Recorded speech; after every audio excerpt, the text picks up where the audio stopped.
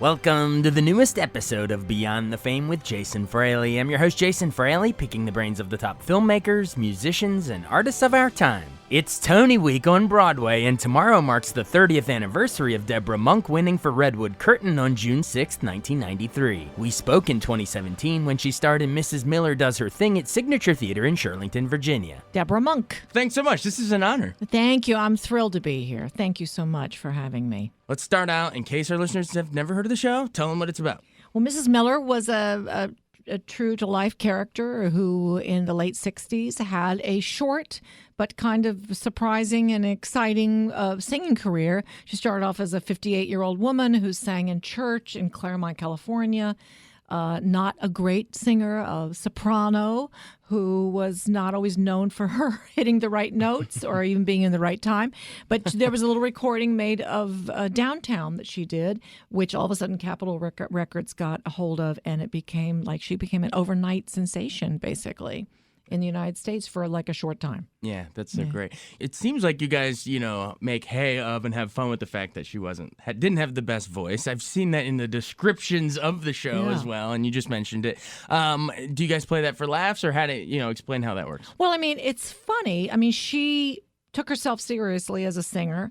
And I have to say that James Lapine wrote this piece because he wanted to write about that period of time in the 60s, because it was the Vietnam War, it was civil rights, a lot of things were happening in our country. And when he discovered Mrs. Miller, he thought, well, this is my way in. So it's about a lot of things, not just her career.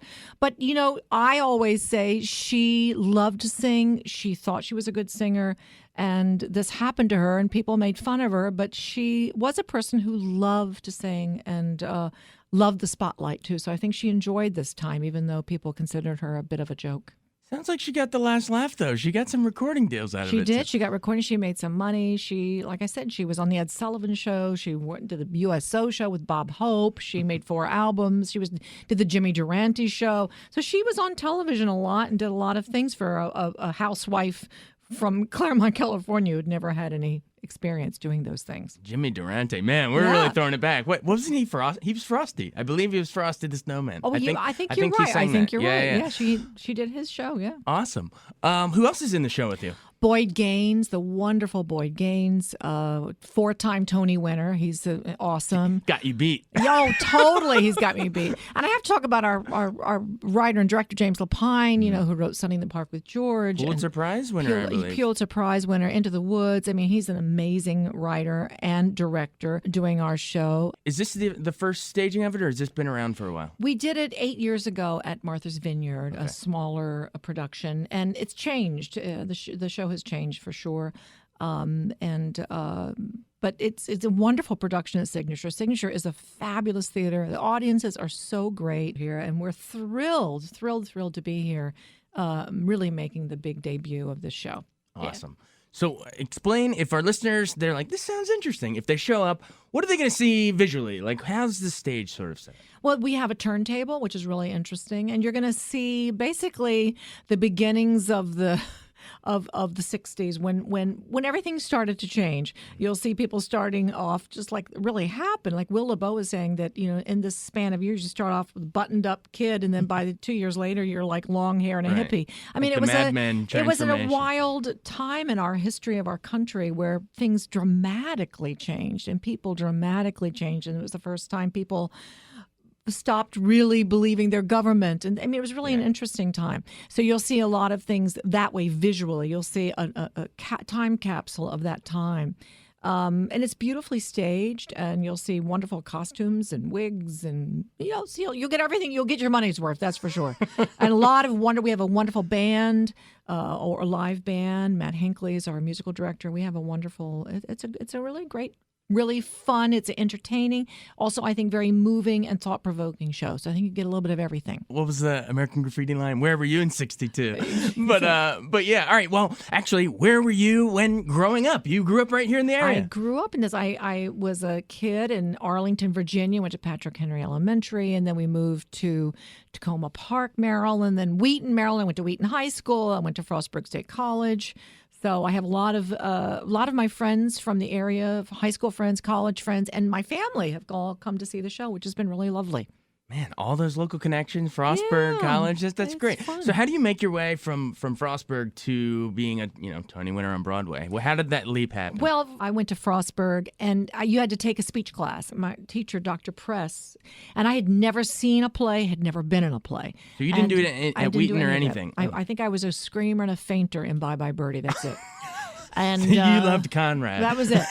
But I did his speech class, and he said, you should try out for a play. And I said, I've never seen a play. And I did. And it was Harold Pinter's The Birthday Party. And I always say to this day, I don't know what the hell it's about. But anyway, I did that play, and I started to study acting at Frostburg. And he suggested I go to graduate school, so I went to Southern Methodist University.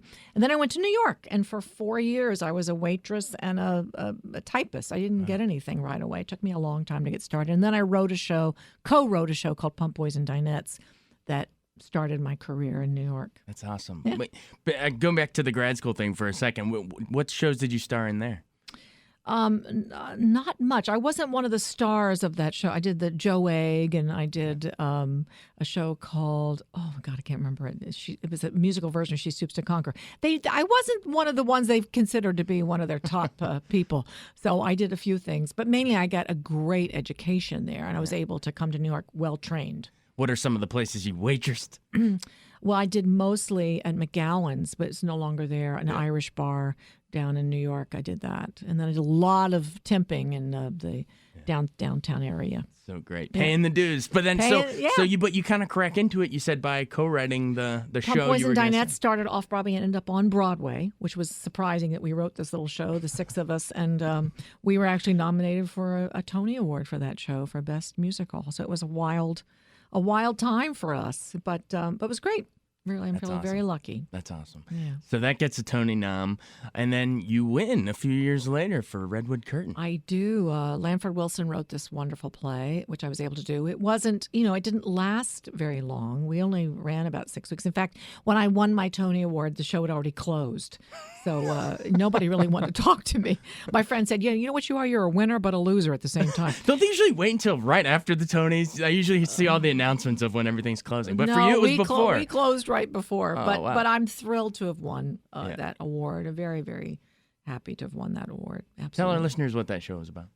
Redwood Curtain was about a Vietnam vet who lives in the woods, basically, up in the northwest area, and a woman who runs a forestry, has a forest in their family, and it's about people wanting to cut down these redwood curtains. And in this redwood forest is where these vets live, and it's about them coming together, this Vietnam vet and this woman and this young child who's been adopted. It's a fabulous piece, but it didn't run that long, so maybe 12 people saw it, but it was a great show.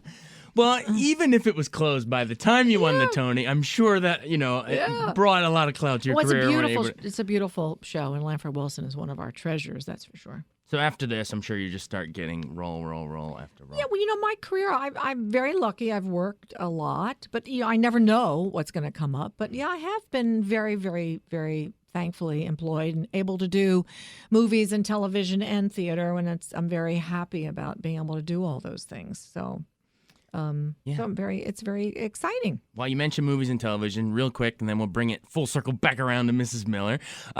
You won an Emmy for a guest thing on NYPD Blue. Is that right? NYPD Blue, that's right. Tell us about that experience. That was, they brought me in to play Dennis Franz's Sipowicz, his ex-wife. And I did one episode of that where our son had died. It was a very tearful episode. And then about 2 years later, they brought me back as she had turned into an alcoholic by this time. So I was like an alcoholic who was always, in trouble. And it was great, but they wrote me the most beautiful episode about her having troubles, and that's what won me the Emmy. They wrote a beautiful episode for me. Wow. Yeah. And then on the movie side, were you with Pacino in Devil's Advocate? I was. Yeah. Yes, what was it like working with him? He was amazing. I didn't get to be with him in too many scenes, but I got to be there watching him, and he was truly. It was a lesson in acting and film acting to watch him. And Meryl Streep as well. She is truly extraordinary. I've been lucky enough to work with Meryl in the movies and also in a play. You were in Bridges of Madison County. Yes, with her, and she's a very generous one of the most generous people I've ever met, and such a pro, and so great. Really Well, lovely. so are you for coming in here. Well, thank you. It's thrilling to be here. One more, Mozart in the Jungle.